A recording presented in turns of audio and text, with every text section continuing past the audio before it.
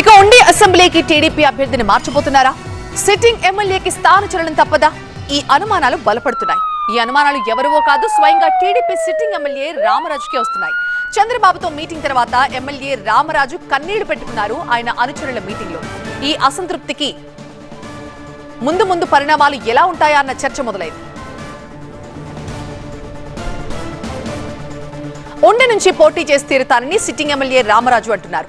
Raghurama Krishnam Raju Narsapuram Lok Sabha segment కు sitting MP కానీ ఉండికి కాదని ఆయన వ్యాఖ్యానించారు. పోటీలో ఉంటారని, నామినేషన్ వేస్తారంటున్న రామరాజుతో మా ప్రతినిధి రవి ఫేస్ టు ఫేస్.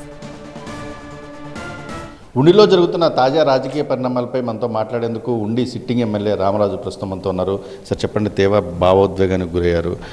ఏంటి పార్టీ అధినేతను కూడా కలుసుకున్నారా? ఏంటి సమాచారం ఏంటి? నిన్న రాత్రి చంద్రబాబు నాయుడు గారు కూడా పిలిచి మాట్లాడడం జరిగింది. వారికోస్ వెయిన్స్ వ్యాధికి కేవలం 30 నిమిషాల్లో చికిత్స. కాల్ చేయండి 9989527715. జరిగినప్పుడు క్లియర్గా చెప్పాను నేను. ఏదైతే ఇక్కడ ఉన్నటువంటి స్థానాన్ని ఎవరో అడుగుతూ ఉన్నారు, కొన్ని అడిగేటువంటి సమస్యలు ఇలాగ ఎదురవుతూ ఉన్నాయి, దాని అని నాకు చెప్పడం జరిగింది. నేను చెప్పాను క్లియర్గా, నాకు 2 సార్లు ఆల్రెడీ అనౌన్స్ చేశారు. ఏదైనా ఉంటే కార్యకర్తల యొక్క అభీష్టం మేరకు కానీ, కుటుంబ సభ్యుల అభీష్టం మేరకు కానీ రాజకీయాల్లో కొనసాగాలా లేకపోతే లేకుండా ఉండాలా, రాజకీయాల్లో ఏంటనే అవసరం ఎట్లా ఉంది అనేది ప్రజల్ని నిర్ణయం తీసుకుంటామని చెప్పి నేను ఈరోజు మీటింగ్కి ఒక పిలుపు ఇచ్చా. అదేవిధంగా ఎట్టి పరిస్థితుల్లో మనం పోటీలో ఉండవలసిందనేది మా యొక్క కార్యకర్తల అభీష్టం. అదే కనిపిస్తూ ఉంది. నా కుటుంబ సభ్యులు కూడా అదే విధంగా చెప్తా ఉన్నారు. కాబట్టి పూర్తి స్థాయిలో పోటీలో ఉండడం అనేది తథ్యంగా కనిపిస్తూ ఉంది. చాలా కాలం నుంచి జరుగుతుంది చర్చలే. జనసేన టీడీపీ మధ్య సీట్ల సర్దుబాటు ఉంటుంది కాబట్టి, బీజేపీ మధ్య సీట్ల సర్దుబాటు ఉంటుంది కాబట్టి త్యాగాలు చేయాలని చెప్తా ఉన్నారు. అలాంటి పరిస్థితిలోనే మీ విషయంలో కూడా అదే జరిగింది అనుకోవచ్చా?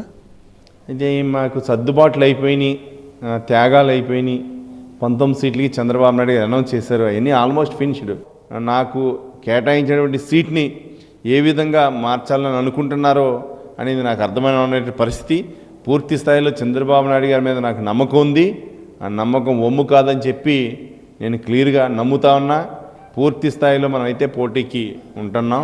కంపల్సరీ పోటీలో కొనసాగడానికి అవకాశాలు పూర్తి స్థాయిలో ఉన్నాయని నేను నమ్ముకుంటా ఉన్నాను. అంటే ఓపెన్గా అందరికీ తెలిసిన విషయమే, ఈ మొత్తం ఎపిసోడ్ అంతా కూడా రఘురామకృష్ణరాజు సిట్టింగ్ ఎంపీ రఘురామకృష్ణరాజుని అకామిడేట్ చేయటం కోసమనేది. అది ఎలా చూస్తున్నారు మరి? మేము చంద్రబాబు నాయుడు గారు పొత్తులు మాట్లాడినప్పుడు ఈ 19 సీట్లు పక్కన పెట్టే పొత్తులు అయినాయి. ఈరోజు రఘురామకృష్ణరాజు గారు సిట్టింగ్ దేనికి ఎంపీ? నరసాపురం పార్లమెంట్కి అయినా, ఉండి నియోజకవర్గానికి కాదు కదా. ఉండి నియోజకవర్గానికి 2019లో ఇన్ని ఒడిదుడుకులున్నా ఈ కాన్స్టిట్యున్సీలో తెలుగుదేశం పార్టీ కుటుంబ సభ్యులందరూ కూడా మరొకసారి నాకు అవకాశం ఇచ్చారు. మరి సిట్టింగ్ ఎమ్మెల్యే నాకు ఒక నమ్మకం ప్రజలకు ఉంది. అదేవిధంగా మేము నాయకుడిని నమ్ముతున్నాం. కంటిన్యూ చేస్తూనే నేను రాబోయే రోజుల్లో నామినేషన్ కూడా సంసిద్ధంగా అవుతా ఉన్నాను. ఇది మనం ఖచ్చితంగా చూసుకుంటే సిట్టింగ్ ఎమ్మెల్యేగా ఉన్న తనకు ఖచ్చితంగా పార్టీ న్యాయం చేస్తుందని చెప్పేసి రామరాజు భావిస్తున్నారు. అదేవిధంగా కార్యకర్తల అభిప్రాయం మేరకు, తన కుటుంబ సభ్యుల అభిప్రాయం మేరకు ఖచ్చితంగా పోటీలో ఉండి తీరుతారని కూడా ఆయన స్పష్టం చేస్తున్న పరిస్థితి కనిపిస్తుంది. చూడాలి ఉండి రాజకీయాలు ఏ విధంగా మారుతాయి అనేది. దుర్గాతో రవి, TV9 భీమవరం నుంచి.